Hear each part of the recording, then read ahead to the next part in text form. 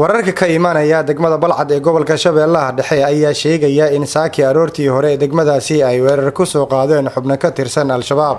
dadka ku sugan degmada balcad ayaa xaqiijiyay in dagaal culus ay al-shabaab degmada ku soo qaadeen isla markaana saacado kooban ay la wareegeen gacan ku haynta 4 xaafadood oo kamid ah degmadaasi. waxaa jira dad shacab oo waxyeelo ka soo gaartay dagaalkii saaka ka dhacay degmadaasi kamid ah ciidamada ammaanka degmada balcad oo halkaana ku geeriyooday. al-shabaab ayaa sheegtay in gacanta ay ku dhigeen xarunta maamulka degmada balcad, saldhigga booliska iyo dhammaan kontaroolada laga soo gala degmada balcad. dhinaca kale gudoomiyaha degmada balcad oo aan qadka telefoonka kula xiriiray asigoo ku sugan xarunta degmada balcad ayaa beeniyay in gacanta ay ku dhigeen dhammaan xarumihii ay ku shaqeynaysay maamulka degmada balcad. sheegay wax kama jiraan waaye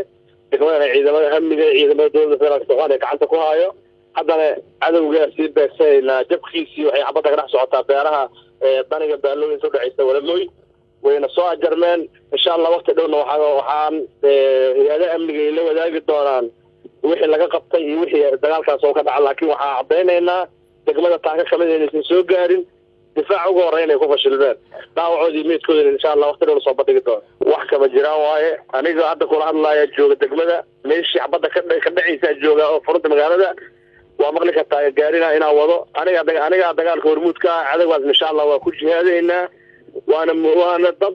Ilaahay subhanahu wa ta'ala diintiisa iyo ummadan been ka sheegay oo khawaarij insha Allah kii laga qabtay waxa la waafajin doonaa sharciga jooda gale fakadana insha Allah ugu heri ma doono jooda ka dawgin doona dawladda liibaan cabdulle maxamed liibaan la kibaan Soomaali Cable TV caasimada dowlad goboleedka Hirshabeelle magaalada Jowhar.